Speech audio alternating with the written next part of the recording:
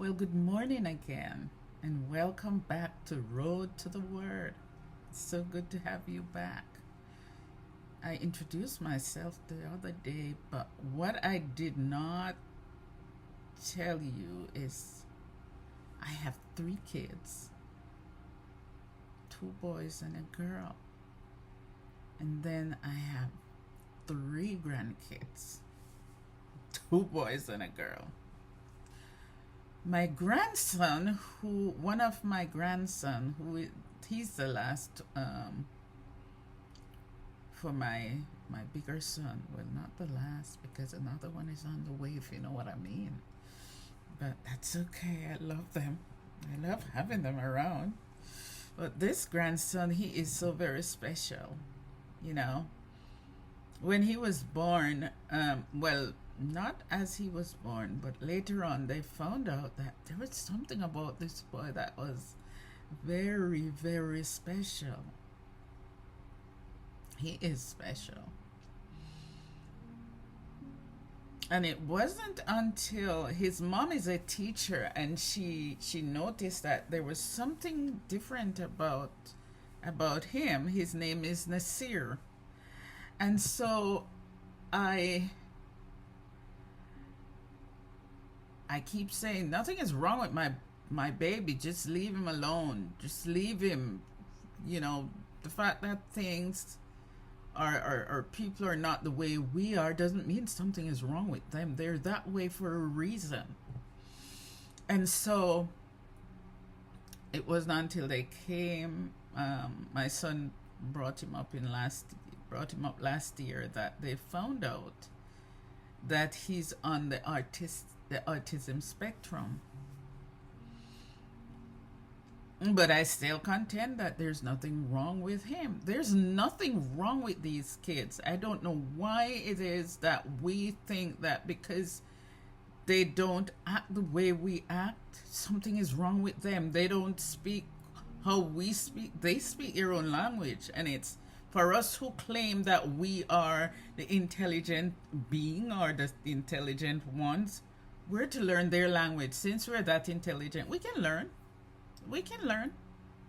And I contend that these kids are here to teach us about our own selves, to help us to be more focused, to be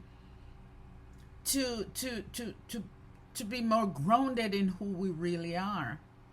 Is that, should I say grounded or what's a good word to put right there? I don't think it's grounded, but is to be more present. Present is a good word, because if you're not present when you're with them, you miss the language that they're speaking to you. And the only language you understand, they know you will understand, is their crying. But they'll ask in their language before they start crying. It's just for us, we miss it because we're not paying attention. We're not present with them. And being present with them is the ultimate way it's the best way of learning their language. You have to be there, very present.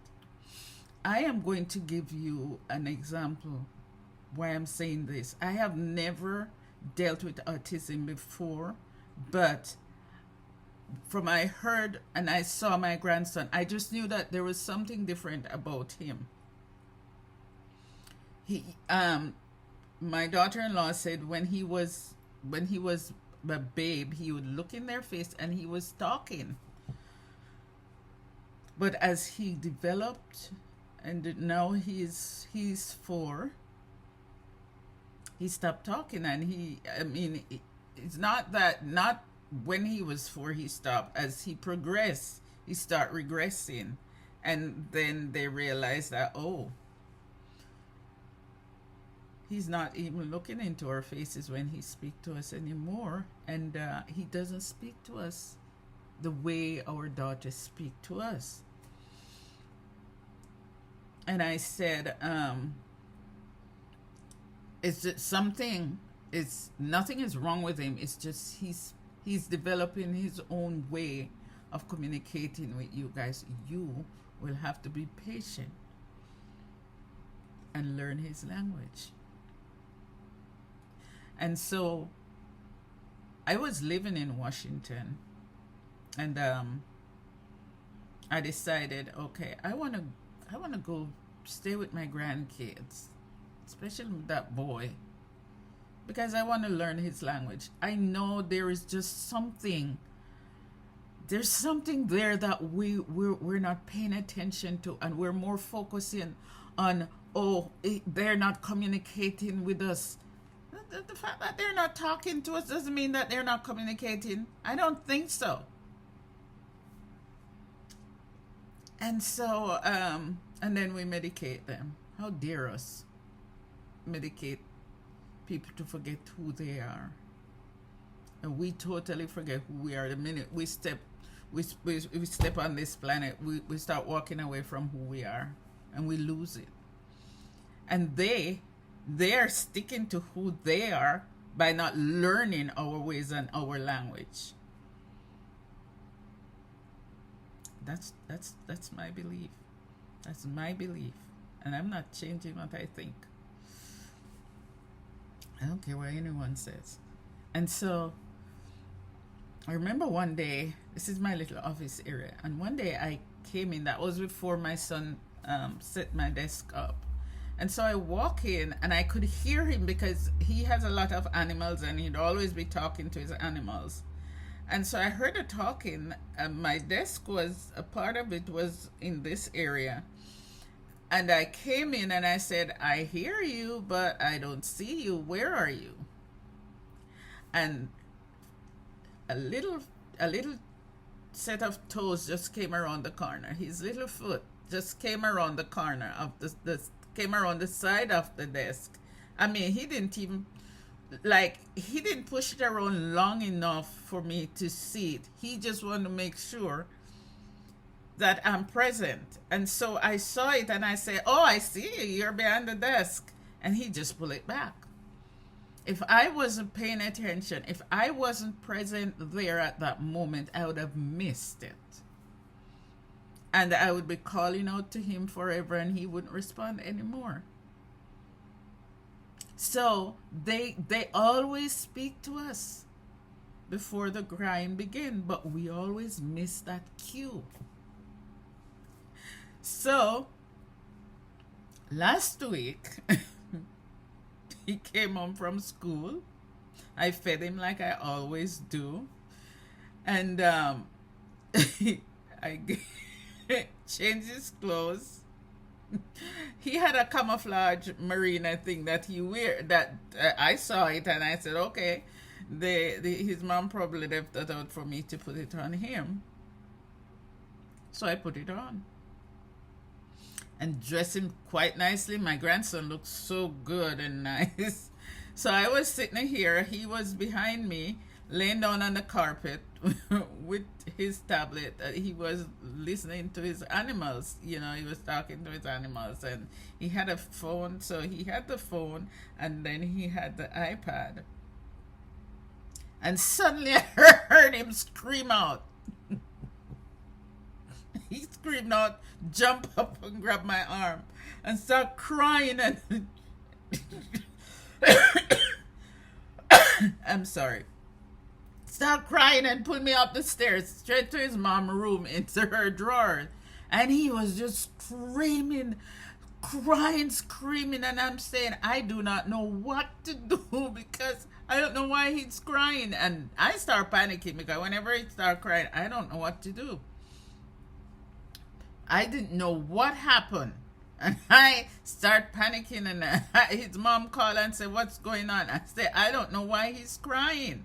And I mean, my son texts me because he's calling everybody on FaceTime to tell them his situation. I don't know what, and they're not seeing what's going on. I'm here panicking. And so I went upstairs with him. And I was in his mom's room with him. He was laying on the floor crying. He was bawling so hard. I mean, he was sweating and he was doing everything. And so And so I I laid there on the carpet with him while he was crying, and I said, "Oh God, I don't know what to do." And I said, "My angels, where are you? Help me. I do not know what to do. I don't know why he's crying." And it's just like there's this calm that came over me. There's just this calm. And it's like somebody picked my arm up, pick up my hand, and I picked up his shirt. I just put it on his shirt and I just lifted his shirt up. And that boy eased his body up. And I said, he eases up, and I said, "Oh, he doesn't want to wear this shirt."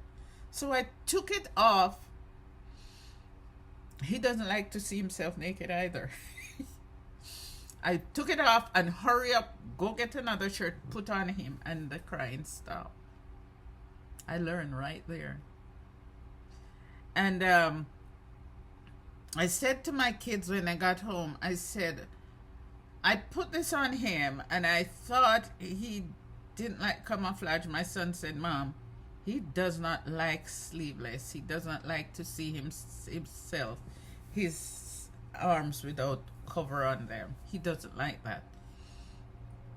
He doesn't like to be exposed." And if I was not paying attention to that kid, if I didn't go lay down, if I didn't go get in his space, get present with him, he would be there crying until his parents come, because he wouldn't stop crying until that thing is off of him, until that shirt is off of him. So he would be crying for like 2 hours if I had not gotten into his space and was very present there with him. And I am saying all we have to do, because they speak before the crying starts. They knew, my son and his wife knew, his parents knew that he did not like that, but I had to learn, because I'm the one that will be here with him when he comes home from school in the evenings. So I have to learn his language. I have to learn what is acceptable to him. And I'm giving him what's acceptable to him, because guess what? I want to learn his language. I don't want the crying language. That's not what I want to learn. I want to learn the language he speaks to me before the crying begin. Because we all cry. That's not a language I want to learn. I will want to learn what he says in his unspoken words. I want to learn that. And for us to learn that, we have to be very present and patient with these kids. And because we are so busy, and sometimes we're busy doing nothing because we're not paying attention to them. Why? We're on Facebook, or we're so busy doing nothing. Just give them a moment. Doesn't take long. They don't speak to us for long either. They just tell us what they need. And once you give them what they need, if it's something to eat or something to drink or a change of clothes, that's all they ask for. They're not hard to maintain. They're so easy. They're easy to take care of than those other kids that speak, because they're the ones that speak. They speak too much. And they know too much. They're over smart. Whereas this little one here, that is quiet, that seldom speak, that's where wisdom lies. That's where wisdom is, because he's observing everything that is going on. You think he's not observing? I'm telling you, he is. He doesn't answer when we call his name. Like, you'll be calling him Nasir, he doesn't respond. But he'll look at you, or he'll come to you. And if you are present, you'll see that, okay, he came. No, why did I call him? Because you just call him because you're trying to see if he'll respond. And he know that they're not calling me for nothing. They just want me to answer them, and I'm not going to answer. I'll just go to them, and he'll come. But you call, like if I'm calling my son, or if his mom is calling, anyone, if we're calling someone in the house, he doesn't, the person doesn't answer, he's the one answering. I? No. How does he say? Uh? Uh? No, that's not how he responds. But he has a special way to respond when we're calling someone, and he doesn't respond to his name. So, something like that. He said. So, my grandson, when they said they're special, but not in the sense that people are putting it. No. They're very special. They're very intelligent beings. Come to teach us about ourselves. Love them. Take care of them. Be present with them. Be patient with them. Learn from them. But when you get in their space, there's so much for you to learn. There's so much for us to learn. Just be present. Just take a moment. Take a breather. Just take a moment. That's just one quiet moment. If it's even twice per day, take that break and just be present.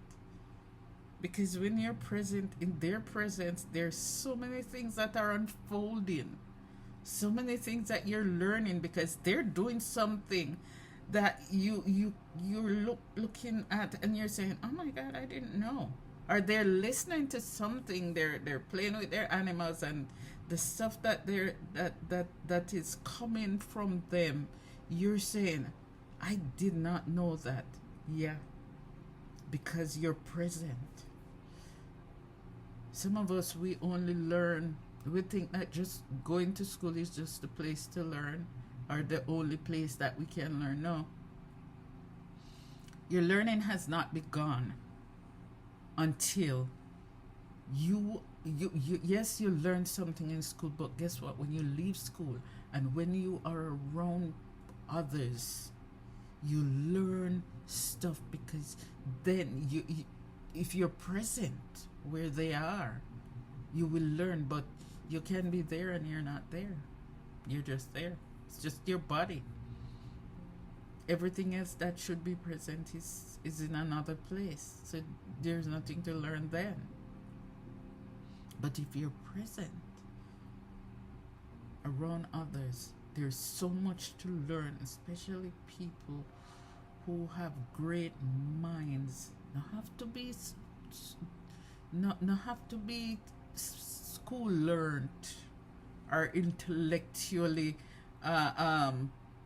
brilliant, but there's so much to be learned from others, even just by observing. Not only people, animals, the trees. You look at the trees and you see them sway